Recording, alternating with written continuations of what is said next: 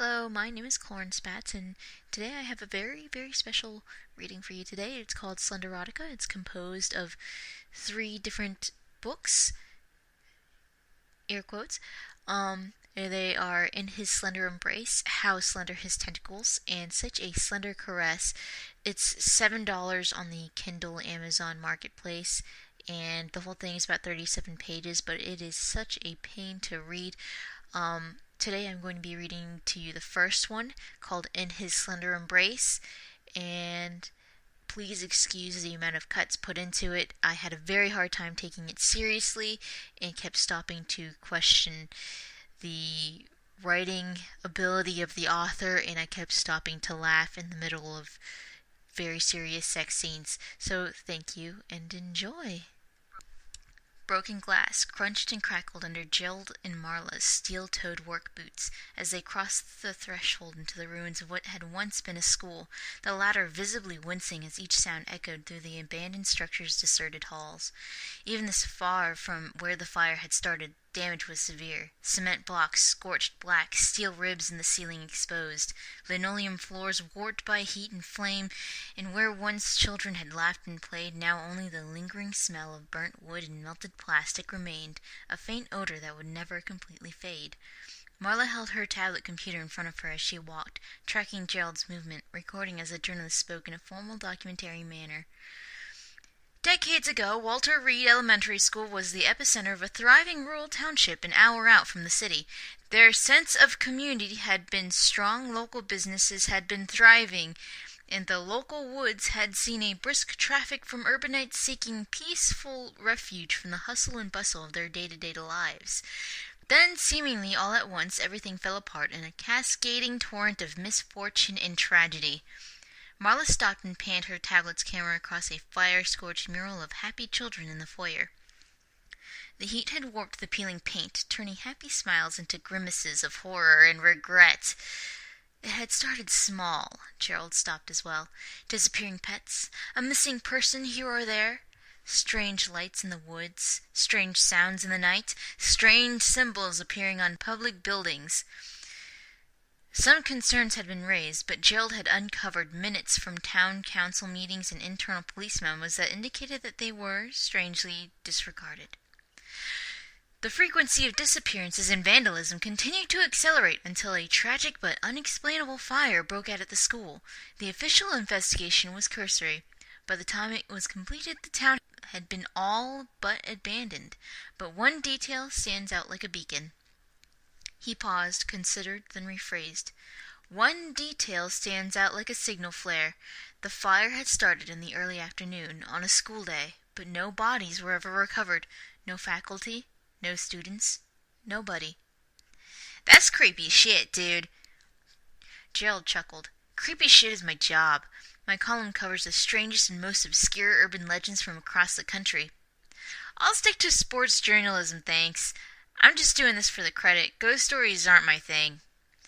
Well, it's not like I went to school to hunt legends. I started out as an investigative reporter, but after a series of bizarre cult-related exposés, my reputation had been set. Expose a few haunted houses and cults, and, well, people typecast you.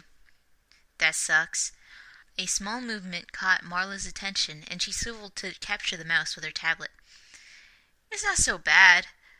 I make a lot more money tracking down the myths of America's heartland than I ever did rooting out corruption. Guess the only thing people like more than a good scandal is a freaky ghost story. They never gave me an intern when I was on the politics beat. His latest project was timely enough that his editor had granted him Marla's services as an assistant. Little of the sunlight streaming in through the gaps in the school, missing windows penetrated to the main hallway, creating small islands of visibility near doorways and skylights. Gerald flicked on his flashlight to navigate the junk that was in his way.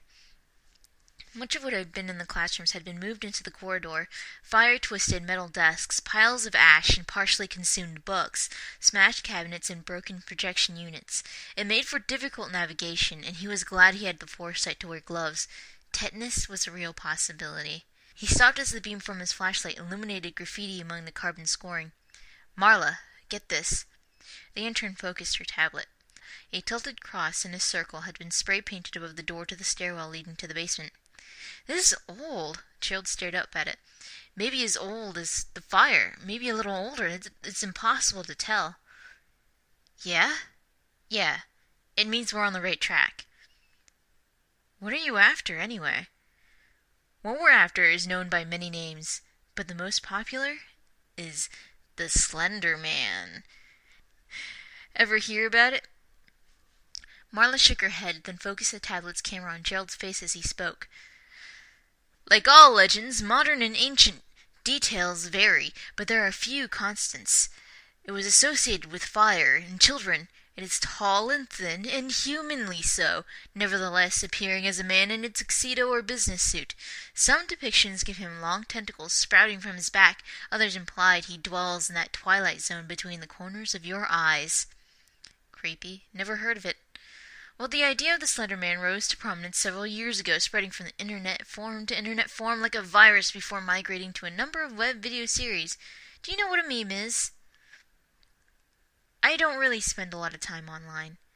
Well, the idea is a simple one, but it seemed unnaturally compelling and disturbing to many, and the internet folklore, created by collaborative groupthink, has given it backstory stretching back decades.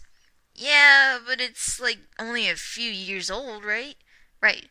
So it's all fake. Well, I thought so. Gerald's foot shoved the junk away from the front of the stairwell's door, clearing it a path to open, and struggled to pull it open. Age, weather, and disuse had swollen the door in its frame and rusted the hinges, and the metallic screech that echoed throughout the abandoned school was enough to send a spike of icy fear down his spine. The beam of his flashlight exposed a fire-scorched but sturdy-looking stairwell leading down to the next landing. At first. He placed a gloved hand lightly on the rusted railing and began his descent. I started looking into the Slender Man as part of an article on memetics. Memetics. What interested me was the way it had quickly infected imaginations and fears without a major marketing push. So, it went viral? Oh, more than that. The more I looked into it, the more I saw that its growth was organic and fractal, spreading across the internet through different forms of media, leaping to new vectors as humans sought to exploit the legend. Forum threads, fan art, web series. Pretty popular, huh? It won't be long before the Slender Man appears in commercial work, e-books, television series, eventually major Hollywood productions.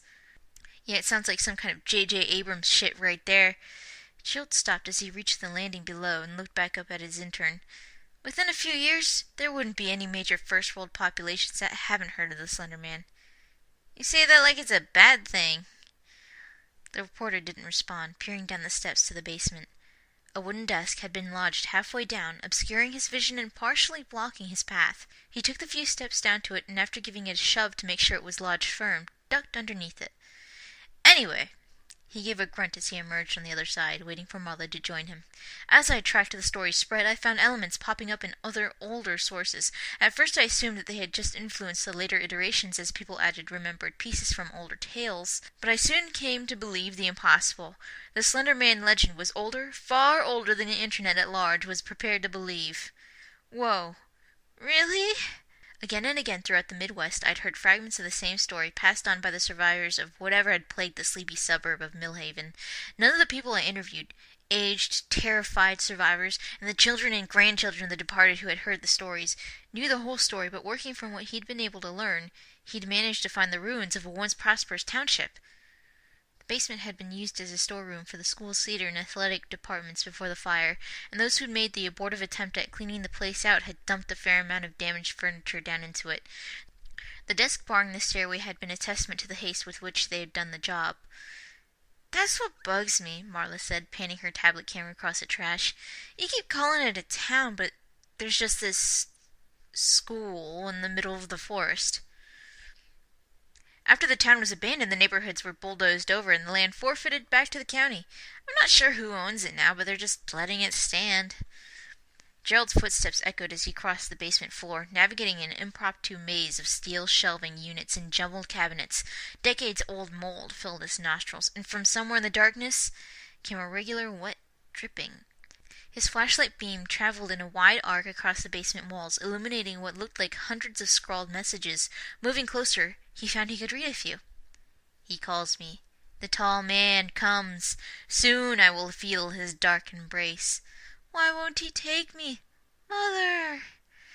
Marla made sure to film them. That's messed up! Hold on! Gerald turned towards the darkness. I think I just heard something. What, like a rat? The intern turned to film the jumbled trash. Maybe. Gerald turned his beam on the darkness. Holy shit! What? I think I just saw a face. Where? Marla pointed into the shadows. I just saw it for a sec. Over there. Gerald focused his flashlight and started towards where his intern had indicated. Hello? Is someone there? Hold up! Marla juggled the flashlight and tablet, eventually powering down and putting the latter away. But the intrepid reporter had no intentions of letting this lead get away. Hello? Gerald called again, pushing his way through the basement's junk, heedless of the spiderwebs that brushed across his hand. He occasionally caught sight of a dark shape moving ahead, just outside of the range of his flashlight, leading him on through the darkness. There wasn't a clear path, and he often found himself having to shove a desk out of the way or climbing over tarp-covered piles of athletic equipment. He slowed to a confused stop between two upright iron tanks, realizing that he'd stumble onto a dead end. There was nowhere the figure he'd been pursuing could have gone, nowhere to hide, and yet there he was. Another mystery. The tank to his left was a hot water heater, a hole blown through its side as if by immense pressure, but the right was some sort of unidentifiable chemical tank. The exterior held no clue as to its purpose, save that it seemed connected to the building's ventilation system. What the hell could this be for? Marla! Joel turned and froze, finding himself face to chest with the Slender Man. He was tall as the legend said, but seeing it in person was far different than reading about it. His brain reveled at the proportions of the thing, standing still but almost 9 feet in height, towering silently, black suit, white shirt, featureless face above its black tie. Gerald staggered back, flinching away and falling to the ground. The Slender Man hadn't moved, but the reporter found it looming over him, lit only indirectly by the flashlight that had fallen out of his hand. Its form seemed to rise up, forever into the darkness, and he had the sensation of motion behind it, of the tentacles that he knew had to be there, waving sinuously. Marla, help! There was no response but a slight slithering sound as tendrils descended from the darkness to wrap around his limbs, gripping him tightly, lifting his terrified form from the ground by his left elbow and ankle. It pulled him closer, and Gerald imagined that it was considering him with his eyeless, mouthless, noseless face, and he hated to imagine what it might be looking for. Terror ripped away his words. The longer he stared into his blank face, the more his fear abated, replaced first with a grim acceptance of his fate, and then a quiet joy. He had set out to find the Slender Man, but he had discovered far more than that. As it held him aloft, he knew. He understood. It was never what he'd been pursuing his whole life, even if he'd never imagined it. This was his crowning glory. His terrifying babbling abated. Please, he said, I want to be a part of you, a part of what you are. Make me legend. One of the tentacles wrapped sinuously around his chest, under his arms, holding him aloft while others unbuttoned his pants and unbuckled his pants with an intimate tenderness. Gerald moaned softly as one softly caressed his face, feeling like the smoothest velvet against his bare flesh. Make me a part of you, he whispered. Take me in. The tentacles shifted, one supporting him by the hips while his shirt was unbuttoned and his jacket and shorts slipped off. A tentacle stroked itself along the back of his leg, up his thigh, between his legs, its narrow end circling the shaft of his rapidly hardening cock. He turned his head, softly kissing the side of the tentacle, caressing his cheek, and it sinuously slipped between his lips. He suckled at its rounded head, letting it slide into his mouth, opening his throat the best he could to its girth. The tentacle between his legs curved as it slid past his testicles, its length rubbing between the cleft of his ass, its silky surface sliding smoothly between his cheeks. He squirmed and sighed around the tentacle in his mouth as its soft tip began to probe at his anus, slipping inside, spreading him apart as it invaded his innermost self. The Slender Man's body stayed as it was, perfectly still, unmoving as the tentacle sprouting from its back held Marla aloft and fucked him. One had wrapped itself around his cock, slowly and rhythmically squeezing as it stroked his length. A second tentacle had gently encircled his balls, caressing them with this warm embrace, while the ones in his mouth and ass slowly but surely pumped into and out of his writhing body.